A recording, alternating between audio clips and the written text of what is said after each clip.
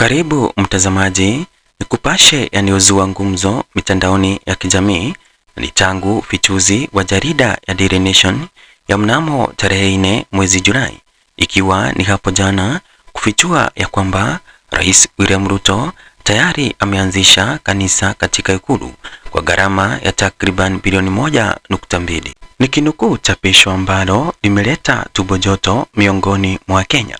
Reviewed Ruto shilling 1.2 billion church at State House. Ni sawa, Rais William Ruto kama Mkenya yoyote yule yuko na uhuru wa kujenga kanisa na hata uhuru wa kusifu kama inavyokubalishwa na katiba.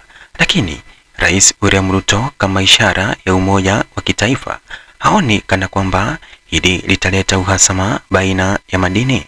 La pili, Rais William Ruto angekuwa na misingi ya kuharirisha ujenzi wa kanisa hili endapo angesema ni kwa gharama ya pesa za umma, kwa kuwa ikulu haijamilikiwa na mtu kibinafsi. Na ukweli halisi uliopo ni kuwa Rais William Ruto amepewa jukumu na Wakenya kama msimamizi wa ikulu kwa kipindi cha muhula wake kama rais wa Kenya.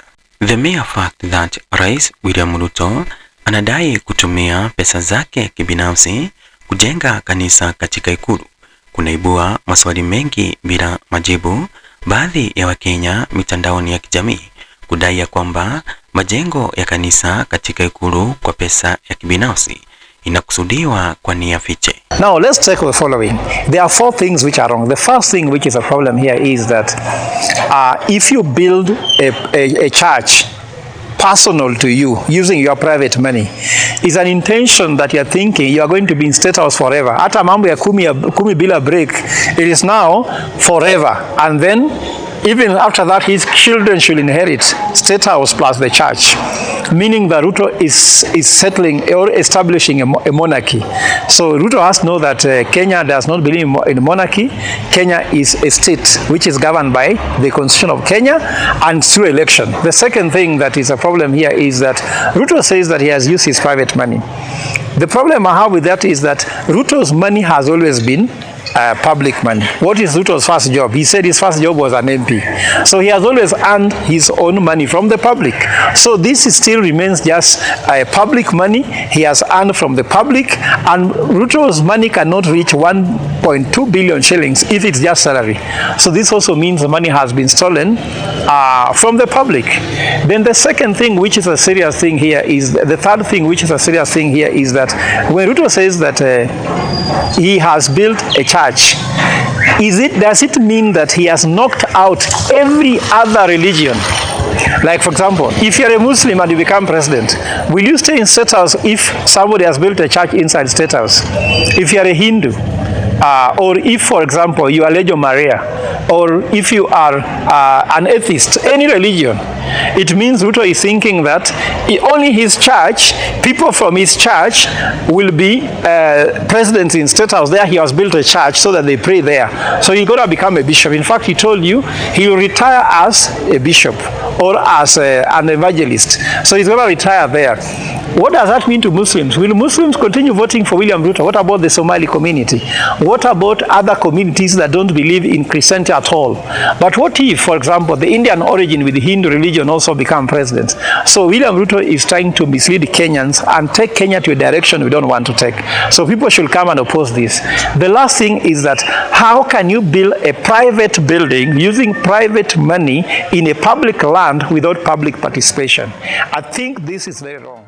By now, you are still supporting Ruto, and you think, given time, Ruto can change this country. Ebu fanya kichwa yako hivi. Ebu fanya kichwa yako hivi. Every year, Ruto huwa anaweka aside billions za kurenovate State House. Akatoa ile roof ya kitambo, akaweka flat roof.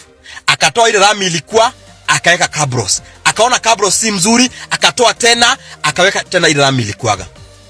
Sasa Ruto is building a church 1.2 billion. Kanisa State House ya worth 1.2 billion. Hiyo church inakaaje? Kanisa ya 1.2 billion.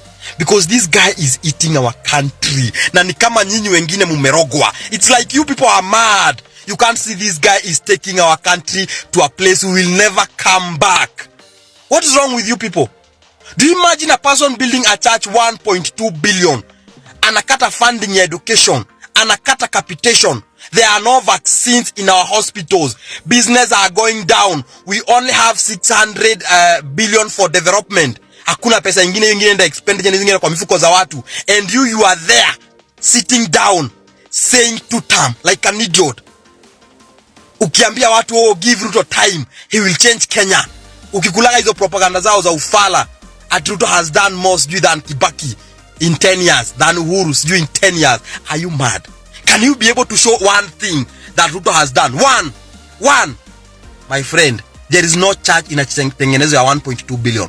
Ni hizo pesa ziwekwe kando, zikuliwe. These people, they must be building some wealth somewhere in other countries. Ndio hii country kienda chini, hawa watoke na watoto wao. This is the only country we have. And if you are still supporting Ruto, there's something wrong with you. Wewe ndio kichwa mbaya. There's something wrong with you. Or you think he can change this country? There's something wrong with you. This guy hata you want mnasema, my friend, is too much for him. Because mi sioni kitu atabadilisha in the next 2 years. Kama sasa saa hizi tumefika, a guy is putting aside 1.2 billion ya kujenga kanisa. Kenya is not even a Christian country. It's a secular state. Whereby wewe unaweza kuwa Muslim, unaweza kuwa Christian, unaweza enda Buddha, unaweza enda Hinduism.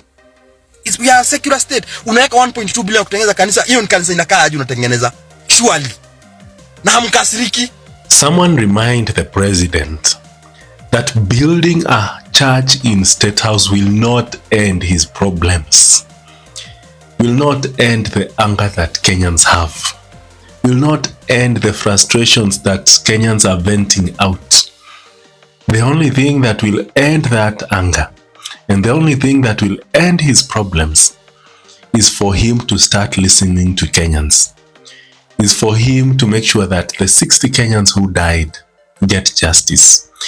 To make sure that he solves the wastage in government. All these big allowances that we see politicians giving themselves and those in the civil service giving themselves, to end. To make sure that Kenyans feel heard. He makes sure that the people around him speak to Kenyans with respect and dignity. Si story ya kuissue orders of shoot to kill, kutuambia mtadu, kutuita digital anchors. Hapana, I make sure that leaders have respect for the Kenyan people. I make sure that he solves corruption in government. Hii corruption yote tunasikia sijui 104 billion za SHA, hiyo story yote imeisha. That is the only thing that will solve his problems. Hii kanisa hata ajenge makanisa 10 State House bana, hakuna kitu itamsaidia.